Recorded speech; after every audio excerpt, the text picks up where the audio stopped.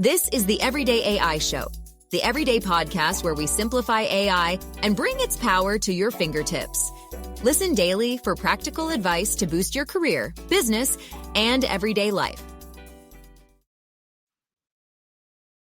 Should AI not be used at all in education, or should it be used everywhere?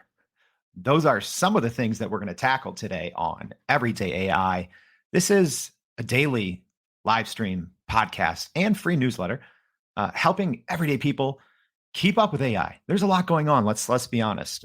You could take a week off from reading AI news and everything has changed. So that's what Everyday AI is here for. And that's what we're going to do today. So before we have a great guest come on and talk about AI in education, let's first talk about what's going on in the world of AI news. So now we're detecting AI deepfakes with AI.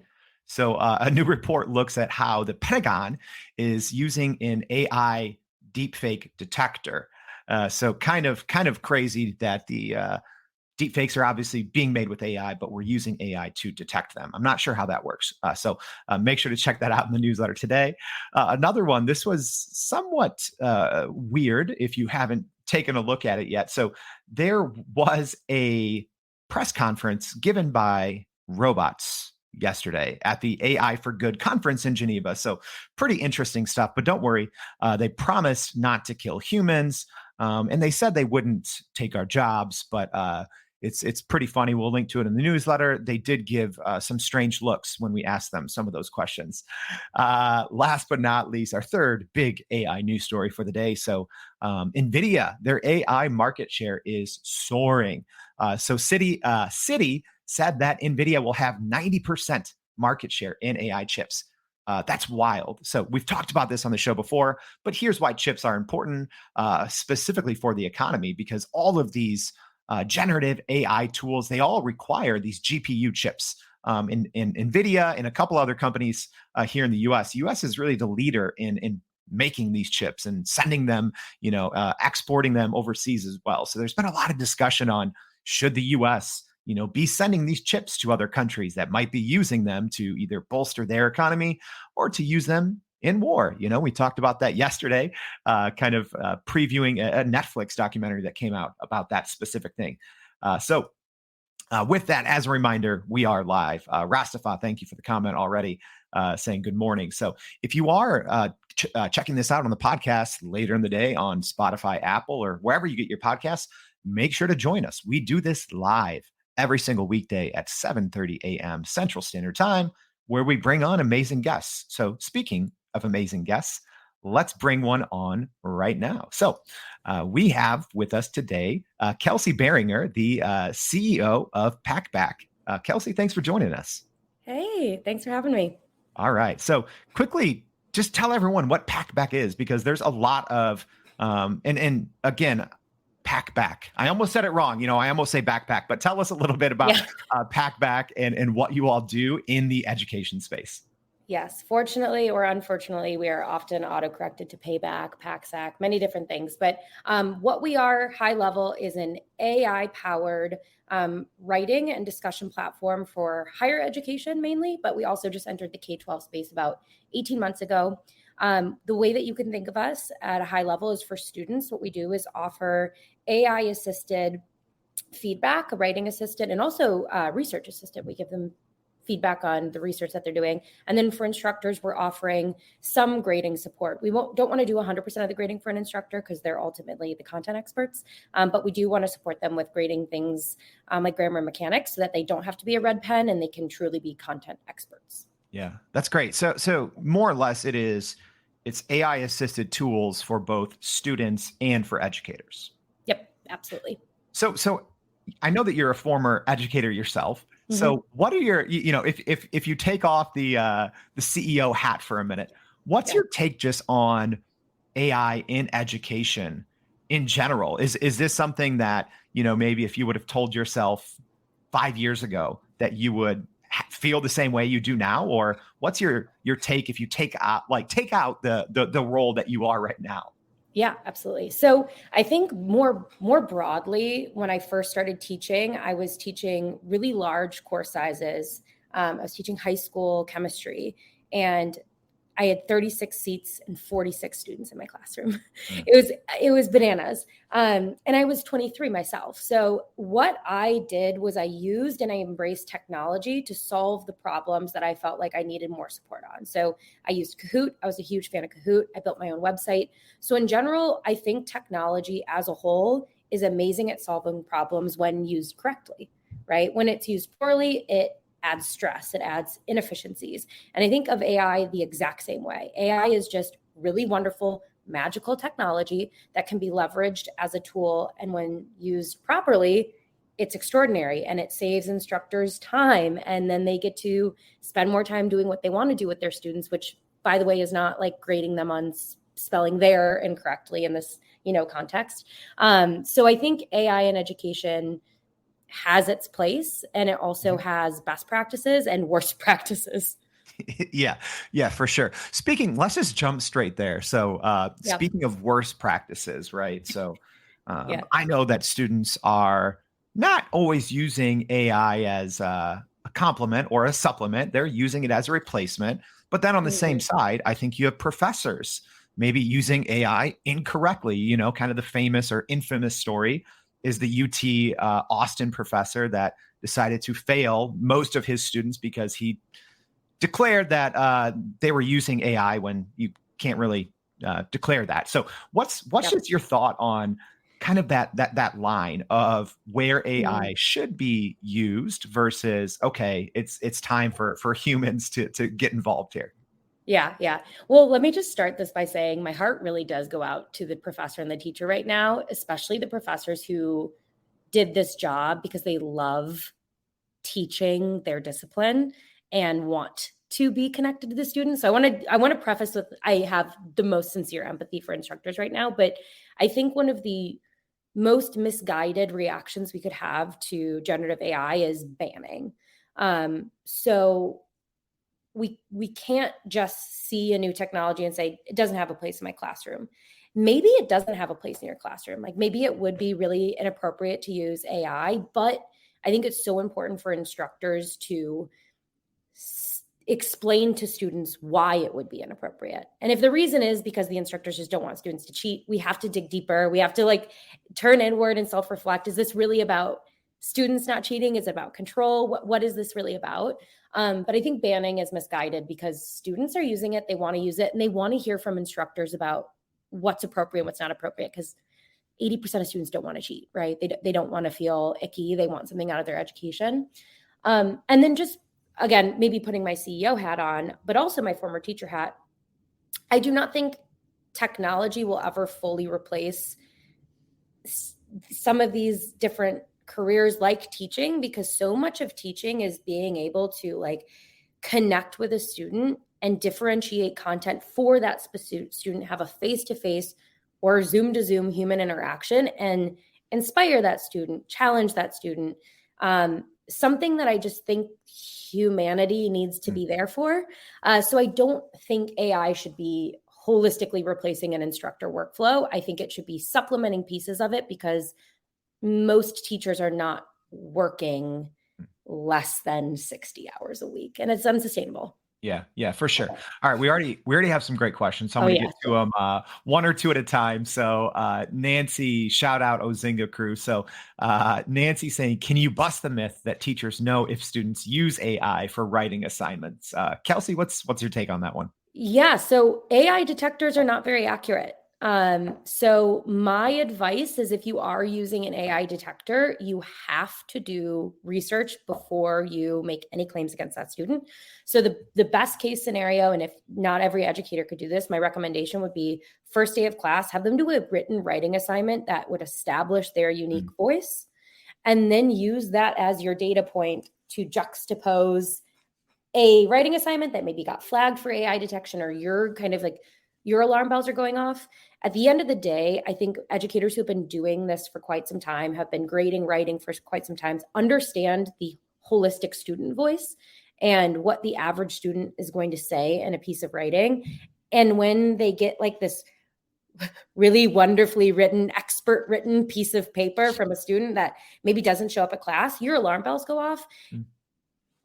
Again, do research, take it with a grain of salt, compare it to previous writing samples, compare it to previous writing samples from other students, and then have a conversation with the student. But I think my main takeaway is you can't take detection at face value. It's going to be a dicey place to live.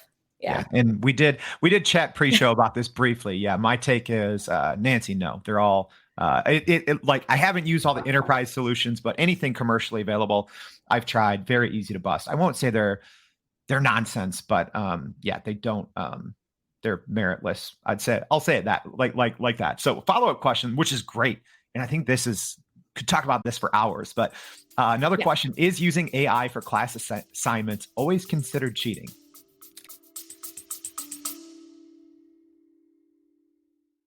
Are you still running in circles trying to figure out how to actually grow your business with AI? Maybe your company has been tinkering with large language models for a year or more, but can't really get traction to find ROI on Gen AI. Hey, this is Jordan Wilson, host of this very podcast.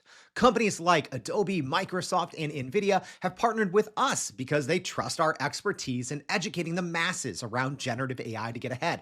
And some of the most innovative companies in the country hire us to help with their AI strategy and to train hundreds of their employees on how to use Gen AI. So whether you're looking for ChatGPT training for thousands or just need help building your front-end AI strategy, you can partner with us too, just like some of the biggest companies in the world do. Go to youreverydayai.com/partner to get in contact with our team, or you can just click on the partner section of our website. We'll help you stop running in those AI circles and help get your team ahead and build a straight path to ROI on Gen AI.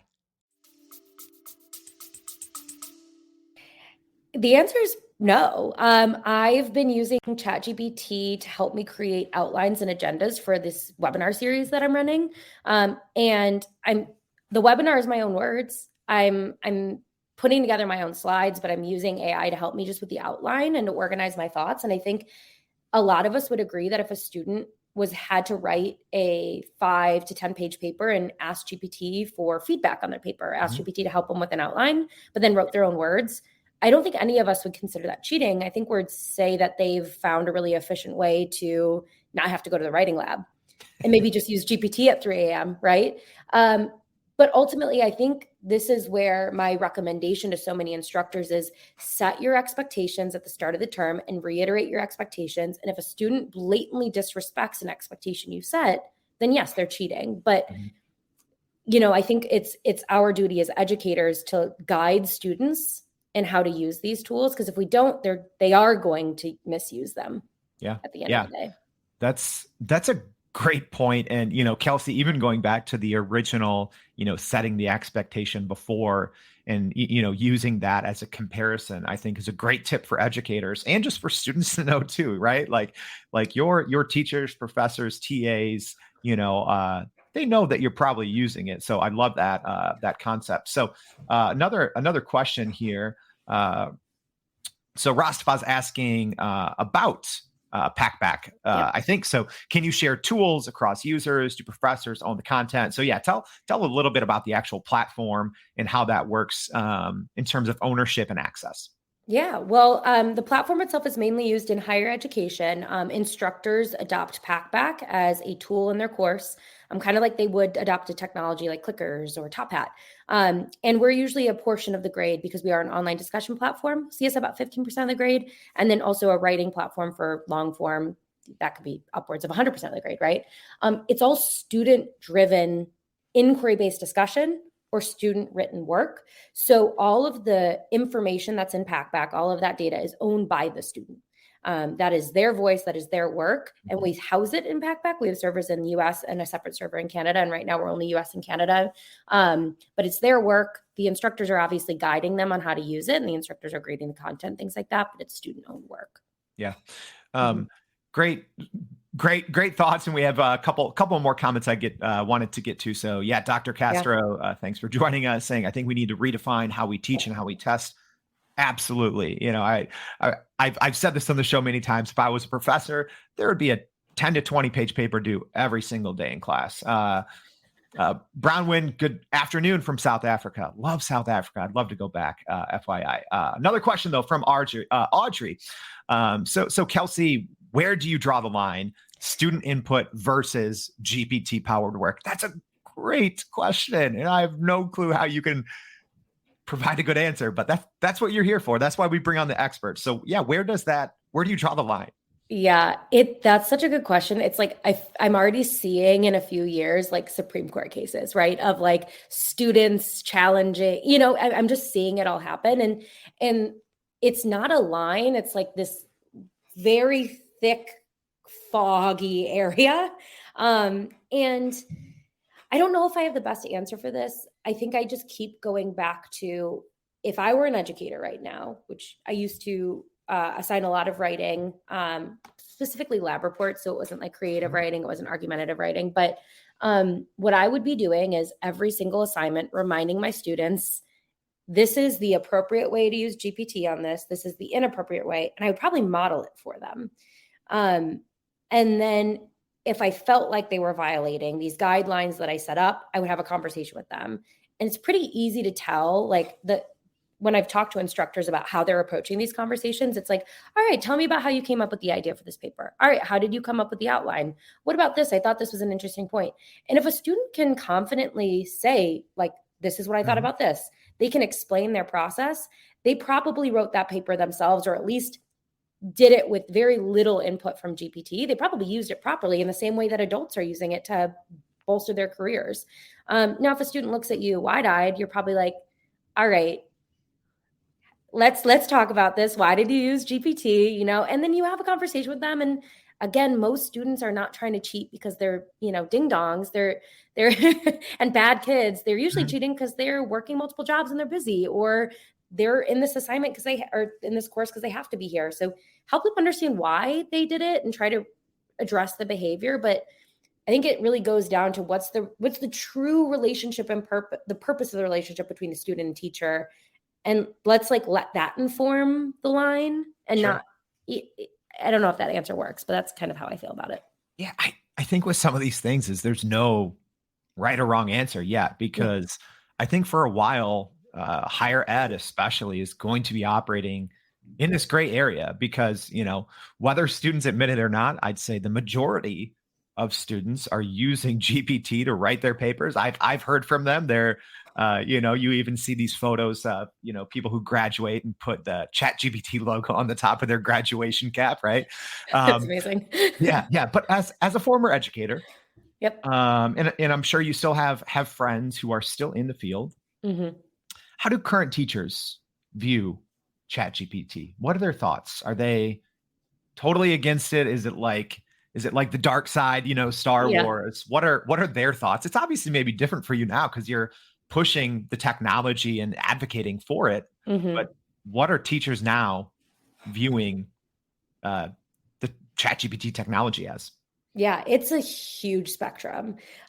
So I've been leading these series of workshops and webinars with the League for Innovation and the community colleges. It's a wonderful association that basically advocates for transformative, approaches to pedagogy in community colleges. And we'll survey, 1,000 attendees of a webinar, and it could not be more varied. It's like 25% want to ban it. They're super scared. Student voice is dead. Long live education and critical thinking. 25% are like, we're requiring it in all of our courses and all of our assignments. My students have to use it in order to pass. And that middle where is like the majority of, I think, our voices are, I know it's important that my students learn how to use this correctly. I know it's important that I learn how to use this correctly as an educator. I don't know where to start.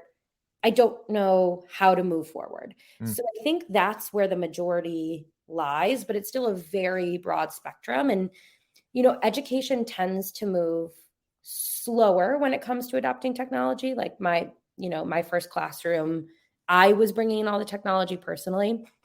And my biggest fear is that we'll just kind of sit back and wait, or like institutions will be like, well, we need to do a limited test study, and then we need to run research. And then 5 years later, they're ready to embrace AI in classrooms, which is like, we're just going to have to be a little bit more, I think, like listen to our guts instead of take the time to let data inform our decisions over years of research. Because educators tend to be like that. They want to use, research back strategies in their classroom. For sure.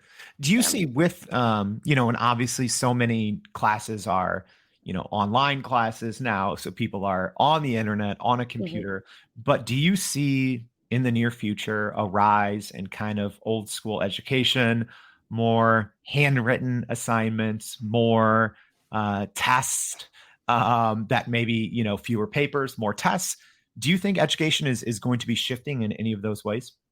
Oh, I think a lot of instructors have brought back blue books and will. I would caution against it. If I was asked to write a 5-page paper right now by hand, I would actually feel like physically sick after writing because I haven't done it in so long. Like I journal, but I'm not journaling a 5-page essay. It's been so long since we've had to do that. So I'd be mindful of that.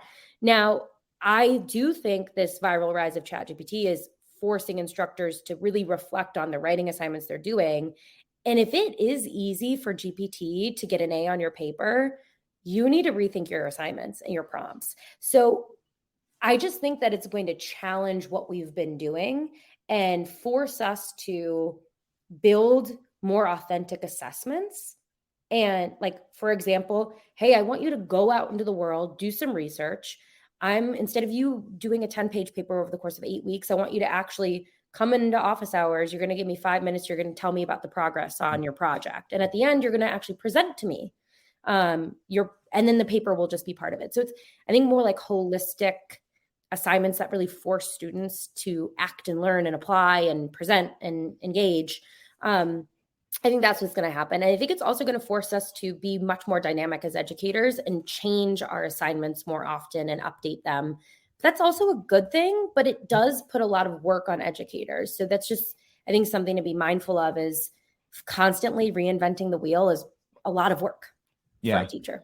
Yeah, absolutely. Yeah. And personally, I do think, I feel for the teachers. I have a cousin who was a teacher for years and just got out of education. And I can see why, the jobs I think are getting harder. The pay is not necessarily reflective of the increased demands. So yeah, it's definitely a space and a sector that is facing challenges. And the AI, piece doesn't help. I don't think.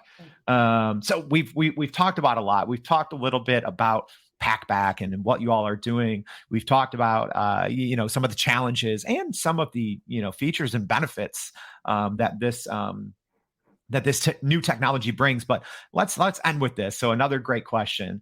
Nancy saying criticism she hears is that students will lose critical thinking skills. So let's end with that one. Kelsey, what's your take on that? Yeah. So my take is some of the smartest people I know are using GPT often. And so I'm like, I think I push back on this concept of technology forces us in a direction of less thinking and like less application, and actually probably helps us get rid of tedium and noise and actually level up what we're doing. Now with students, yeah, there is a total possibility that when a student goes into a gen ed course, they use GPT for all assignments, and then they don't do any application. They don't critically think. They just GPT every assignment. So that's possible. I think it's going to, again, just challenge the way in which educators teach courses that maybe are required at the university level, are required for the major, are challenging or hard or intimidating. I hated reading anything that wasn't written in this century because I found it really challenging. And if I had GPT to help me digest the content, I would probably be less scared all the time. So yeah, I think we are at risk of students not authentically engaging in courses sometimes. Yeah, absolutely. I'll throw in, as we close out, I'll throw in my take. I think it's hard. I think the more and more we use and we see the benefits of this AI technology, I think it is harder, having more and more easy access to a world of information even faster and more, in bite-sized pieces. I do think it hard. Like critical thinking, Nancy, I think is going to be hard, but We could talk all day. We won't, though. Thank you, Kelsey, coming on, sharing about Packback. Thank you so much for taking all of our great questions, and really appreciate you coming on the show. Yeah, thank you so much for having me. All right. As a reminder, if you liked some of the things that you heard from Kelsey, if you want to check out Packback, if you want to see some of the other resources we were talking about, make sure to go to youreverydayai.com. That's youreverydayai.com. Every day we send out a newsletter breaking down the conversation that we had live on the show, sending more resources.